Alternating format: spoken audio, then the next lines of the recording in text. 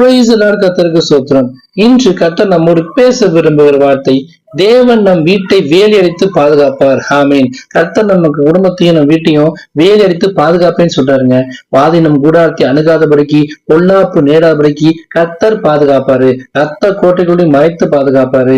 வேலையடைக்கப்பட்ட தோட்டமாய், முத்திரிக்கப்பட்ட கிணறாய், மறைவு கட்டப்பட்ட நீரூற்றாய் மாற்றுவாரு.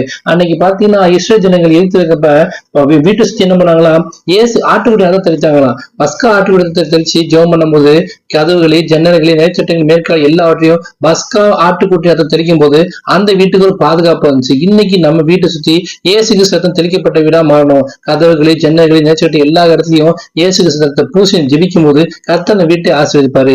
ஜெபிக்கிற வீடா மாறணும்.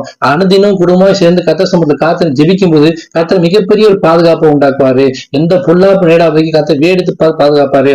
அதை செய்ய வேண்டிய ஒரே விஷயங்களா, யோசுவா வாசத்தின் பிரகாரமாக நானும் குடும்பத்தோட கர்த்தரையே சேவிக்கும் வசனத்தின் பிரகாரமாக குடும்பமாய் சேர்ந்து கர்த்தருக்கு சேவை செய்யும்போது, அவருக்கு ஊழியம் செய்யும்போது கர்த்தர் நிச்சயமா பாதுகாப்பாரு. உலகத்துல பூமி பக்கம் என்ன பிரச்சனை வந்தாலும் போல, உன் பக்கத்தில் 1000 பேரும் உன் உலகத்தில் 16,000 பேரும் அணுகலாம் சொல்லிருக்கா இல்லையா?